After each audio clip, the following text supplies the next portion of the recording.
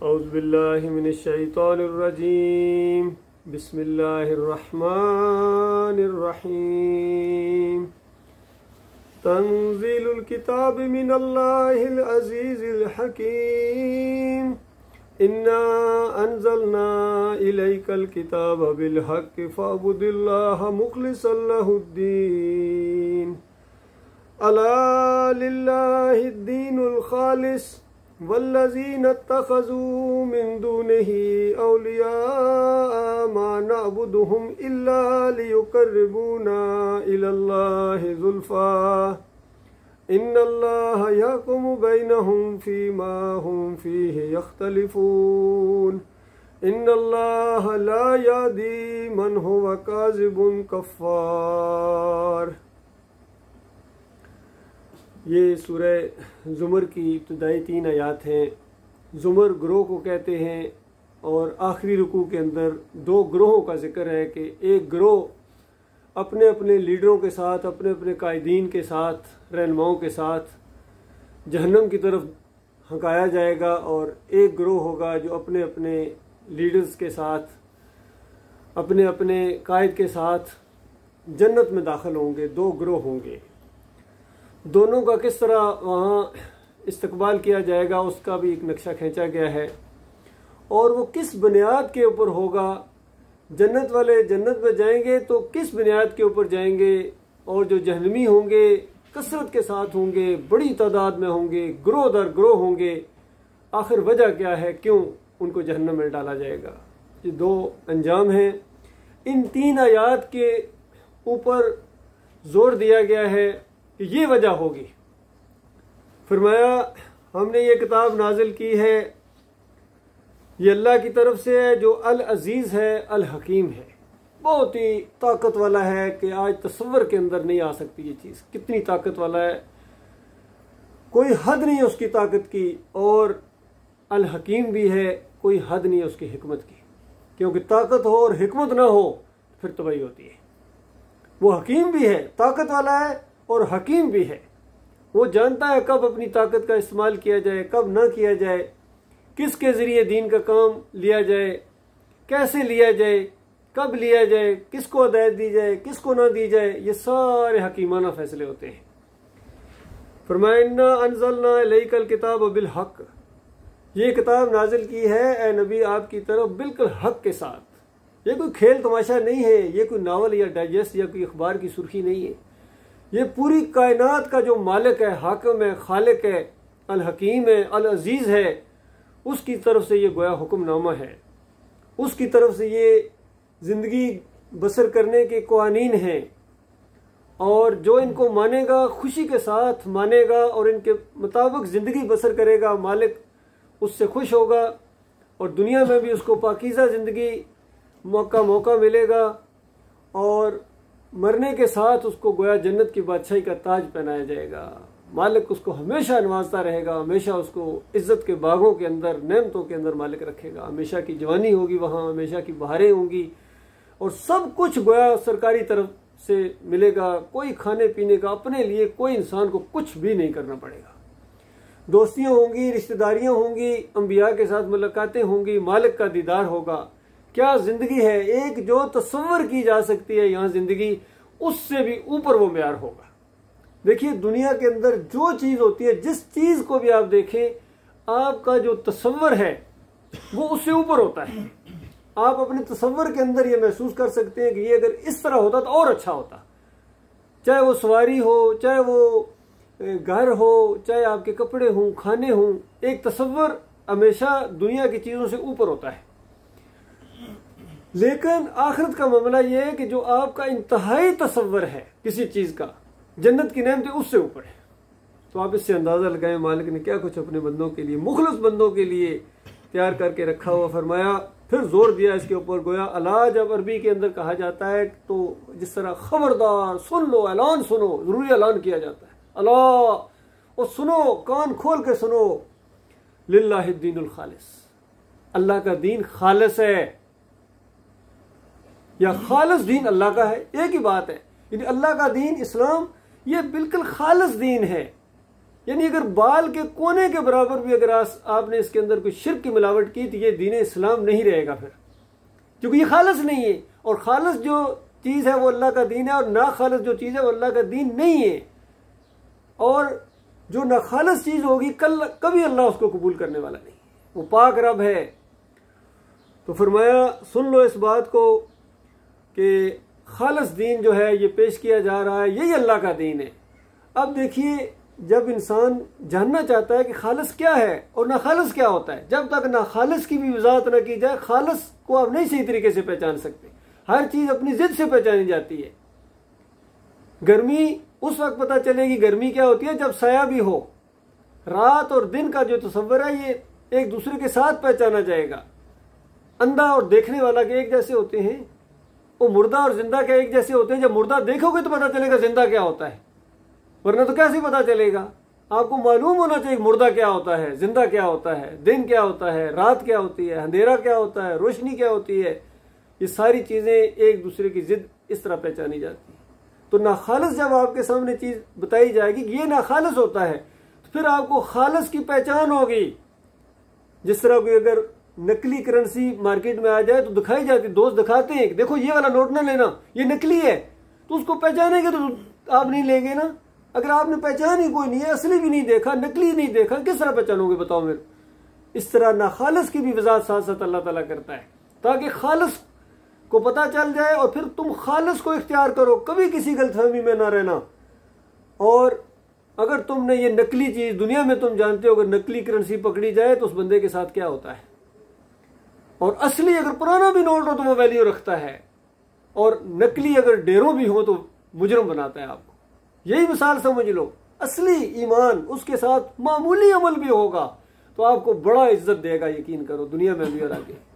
ईमान असली हो और उसके साथ अगर यानी कमजोर ईमान भी है या कमजोर अमल भी है फिर भी आपको फायदा देगा।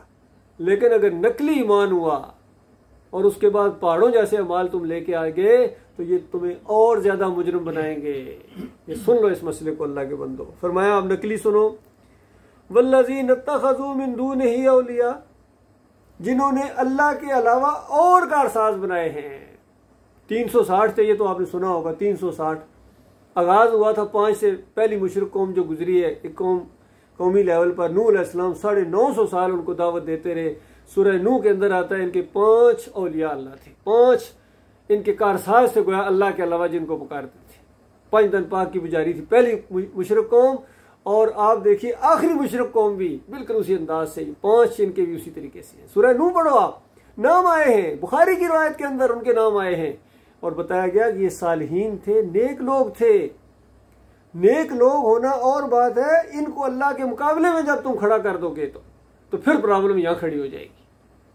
मक्का के लोग इब्राहीम अलैहिस्सलाम को पुकारते थे, इस्माइल अलैहिस्सलाम को पुकारते थे, लात मनात हुबल को पुकारते, सारे नेक लोग थे, उनकी मूर्तियां बनाई हुई थी और कहते थे ये हमारे अल्लाह के यहाँ सिफारिशी है। ये बड़े नेक थे जी, उनको बताया गया वो नेक थे। तुम्हें तो मालूम नहीं कितने नेक थे, उनकी नेकी के वाकयात बयान किए अल्लाह ताला ने। ये देखो इतने ज्यादा नेक थे, जितना तुम समझते हो इससे ज्यादा नेक थे। लेकिन क्यों नेक थे?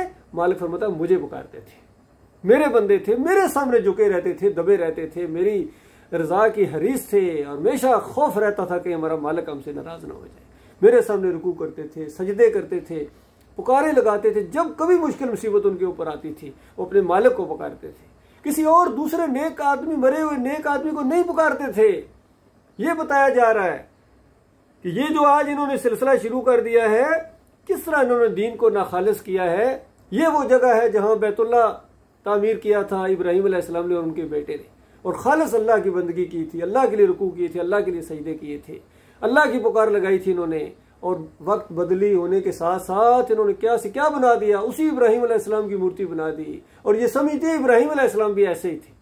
तो बताया गया नहीं, ये तो इन्होंने नाखालिस किया है दीन को। वल्लज़ीन इत्तख़ज़ू मिन दूनिही औलिया, जिन्होंने अल्लाह के अलावा और कारसाज बनाए हैं या बनाएंगे। ये अरबी का एक अंदाज है, हाल और जो मुस्तकबिल है दोनों उसके अंदर शामिल होते हैं। जिनको पुकारते हैं या पुकारेंगे, जिनके सामने नजर न्याज करते हैं या करेंगे, जो भी हैं, जहां भी हैं। और क्या कहते हैं, किस बुनियाद के ऊपर ये खड़े हैं? कहते हैं मा नाबुदुहुम इल्ला लियुकर्रिबूना इलल्लाहि ज़ुल्फा, कि हम इनको जो कुछ कर रहे हैं और आप मोहम्मद सल्लल्लाहु अलैहि वसल्लम आप इतराज़ करते हैं, हमें काफिर और मुशरिक कहते हैं, बेदीन कहते हैं, जहन्नमी कहते हैं और बेवकूफ़ गर्दानते हैं हमें और हमारे बड़ों को। हमें इतना बेवकूफ़ ना समझो।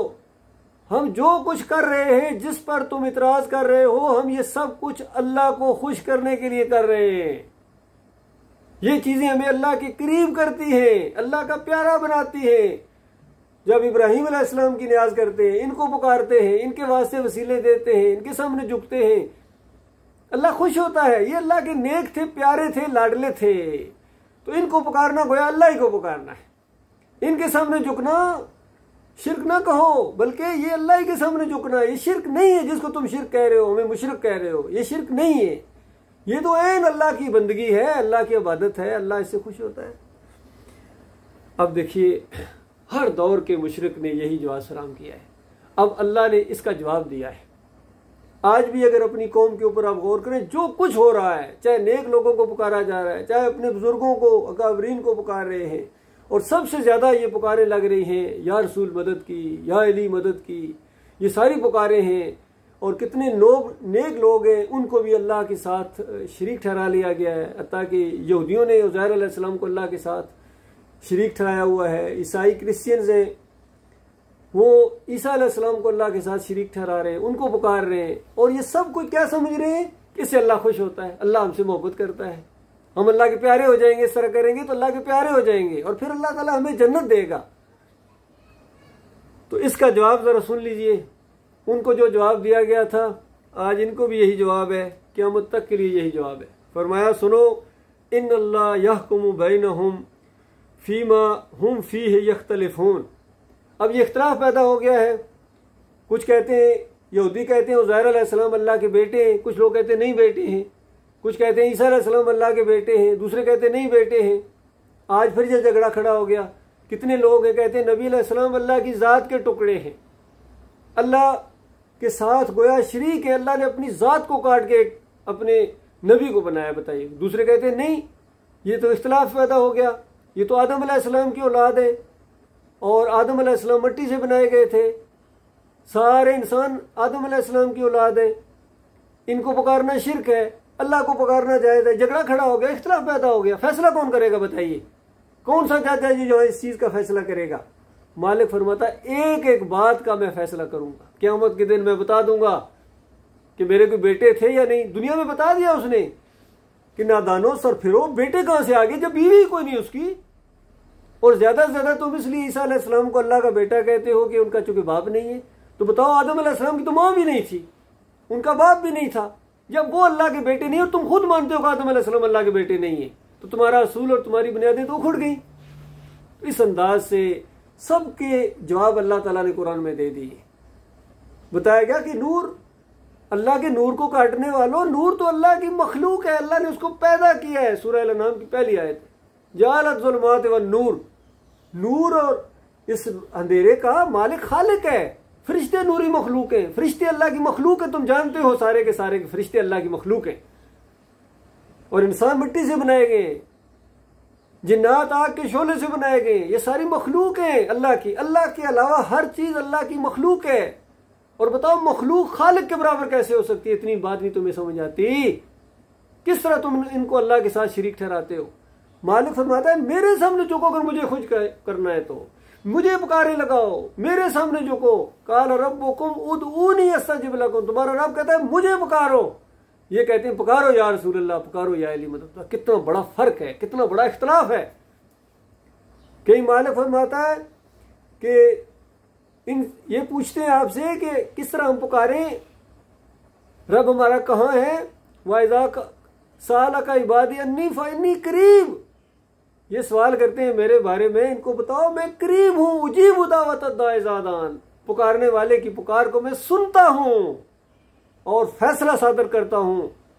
और इनको चाहिए कि मेरे ऊपर ईमान लाए, मेरे हुक्मों को माने, मुझे मामूली चीज ना समझे। मैं पूरी तरह इनके ऊपर निगाह रखे हूं, मैं जानता हूं कौन फर्माबरदार है, कौन नाफरमान है।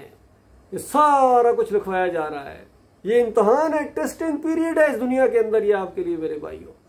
और जहां जहां तक ये आवाज़ पहुंचे, फरमाया हम फैसला करेंगे। और फिर मालिक ने शाना अंदाज से अपना फैसला सुनाया। यहाँ फैसला सुना दिया, कोई माने या ना माने, और यही अमली शक्ल में कल क़यामत के दिन आपके सामने आ जाएगा। फरमाया इन्नल्लाह ला यादी मन हुवा काज़िबुन कफ़ार, कि अल्लाह ताला किसी ऐसे को हदायत नहीं देता है जो परले दर्जे का झूठा हो और परले दर्जे का काफर हो। गोया बता दिया कि ये जो जवाब पेश करते हैं कि ये हमारे अल्लाह के सिफारिशी है, ये हमारे अल्लाह के यहाँ कुर्ब का जरिया है, इससे हम अल्लाह के प्यारे हो जाएंगे। मालिक फरमाता है ये बिल्कुल कज़्ज़ाब हैं सारे के सारे, ये सारे के सारे काफिर हैं, अल्लाह की किताब के इनकारी। ये बात है मेरे प्यारे भाइयों। ये अल्लाह की किताब देखो किस तरह खोल खोल कर ये मसला बयान करती है। ये रमज़ान का महीना है, रमज़ान उनके लिए है जो इस ईमान अकीदे को कुरान के मुताबिक ईमान अकीदे, ये उनके लिए। या अय्युहल्लज़ीना आमनू कुतिबा अलैकुमुस सियाम, ऐ मोमिनो तुम्हारे ऊपर जो अल्लाह को मानते हो। बाकी ये जो झूठे कज़्ज़ाब हैं, कुरान के पहले सफ़े के ऊपर इन्होंने अल्लाह की आयत को बदली कर दिया। महमूद अल हसन ने तशरीह लिखी तफसीर शबीर अहमद उस्मानी के अंदर, लिखते हैं कि अल्लाह के मकबूल बंदों को पुकारना भी अल्लाह ही को पुकारना। बताओ बताओ, बंदों को पुकारना अल्लाह को पुकारना कैसे हो गया? तो कोई या अली मदद करना, या रसूल मदद करना, या अल्लाह मदद कैसे हो गया? इतनी सादा सी बात अवाम तुम्हारी समझ में नहीं आती है, उनकी तो समझ में नहीं आई है। कहते हैं हमारे इतने बड़े हजरत थे, नहीं जानते थे, और नहीं जानते थे, नहीं जानते थे कुरान को, नहीं मानते थे बेईमान। इन्होंने अल्लाह की किताब को जुटलाया है, अल्लाह की किताब के अंदर शिर्क दाखिल किया है इन्होंने। और जिसने भी अल्लाह की किताब के अंदर शिर्क दाखिल किया वो, ये एक मामूली सी बात आपने एक मिसाल दी है, वरना सारे यही है। यकीन कीजिए आला हजरत की तफसीर पढ़ो, इसके अंदर यही लिखा होगा इसी अंदाज से।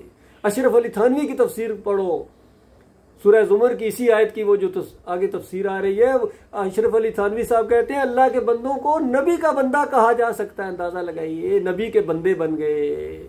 और मालिक ने ऐलान फरमा दिया अफ़हसिबल्लज़ीना कफ़रू यत्तख़िज़ू इबादी मिन दूनी औलिया, कि मेरे अलावा मेरे बंदों को अपना कारसाज समझो। तो इन्ना आतदना जहन्नम लिल काफिरीना नुज़ुला, हमने ऐसे काफिरों के लिए जहन्नम मेहमान नवाजी के तौर पर तैयार करके रखी हुई है। और यहाँ फरमाया इन्नल्लाह ला यादी मन हुवा काज़िबुन कफ़ार, कुफ़ार।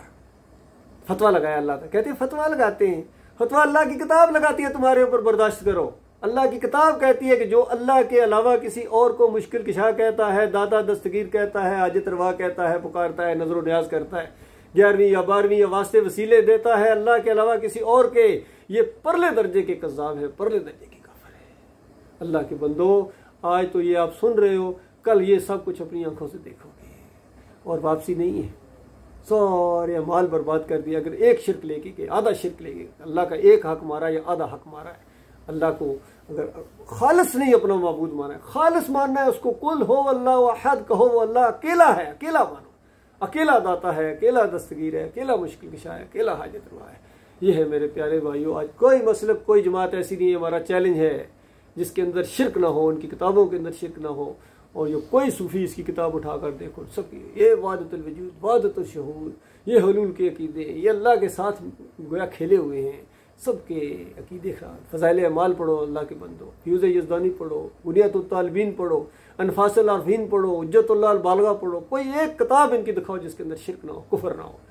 जमात इस्लामी हो या तंजीम इस्लामी हो, सबके अकीदे मुशरकाना हैं। और फिर रोज़े रखते हैं, तरावी के मसाइल बयान करते हैं। अंदाज़ा लगाइए, रात के पूरी पूरी रात कहते हैं हम खड़े रहते हैं। 40 साल से हम कहते हैं तरावियाँ पढ़ रहे हैं हज़रत साहब के पीछे, मौलवी साहब के पीछे, जो उजरत लेते हैं, उजरती हैं, दीन बेचते भी हैं। क्या अकीदे की खराबी कम जुर्म था, ऊपर से दीन बेचते हैं, बेईमान पैसे लेते हैं और बात भी सही नहीं बताते अल्लाह के बंदों। और सूरह तौबा की 34 नंबर आयत में यही बात अल्लाह ने बताई थी, इन्ना कसीरन मिनल अहबार व रुहबान लयाकुलून अम्वालन नास बिल बातिल व यसुद्दून अन सबीलिल्लाह। ये तुम्हारा माल खाएंगे ये पीर और मौलवी, और तुम्हें अल्लाह के रास्ते से रोकेंगे। सबसे ज्यादा अल्लाह के रास्ते में यही हायल हो गए। ये इमाम तो क्या मुक्तदी बनने के लायक नहीं है। अली इंजीनियर साहब कहते हैं मैं इनके पीछे नमाजें पढ़ता हूँ, तो बताओ फिर अल्लाह के साथ तुम्हारा क्या तल्लक है? मालिक फरमाता है वल्लज़ीना कफ़रू औलियाहुमुत तागूत, जो इन तागूतों को अपना इमाम बनाए, अपना लीडर बनाए, अपना अमीर बनाए, मालिक फरमाता है ये सारे के सारे काफिर हैं और ये हमेशा आग के अंदर रहेंगे। अल्लाह ताला गौर व फिक्र करने की तौफीक अता फरमाए। कुरान ये बात बयान करता है, अल्लाह के बंदो पूरा पूरा कुरान पढ़ जाते हैं और ये बात इनको समझ में नहीं आती है, पता नहीं कौन सा कुरान पढ़ते हैं।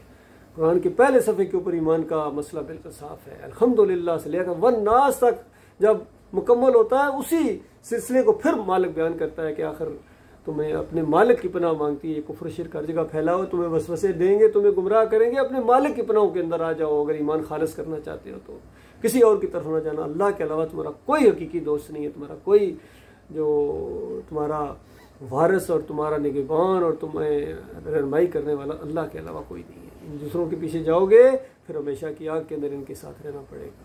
वक़ूलू क़ौली हाज़ा अस्तग़फ़िरुल्लाह ली व लकुम व लिसाइरिल मुस्लिमीन।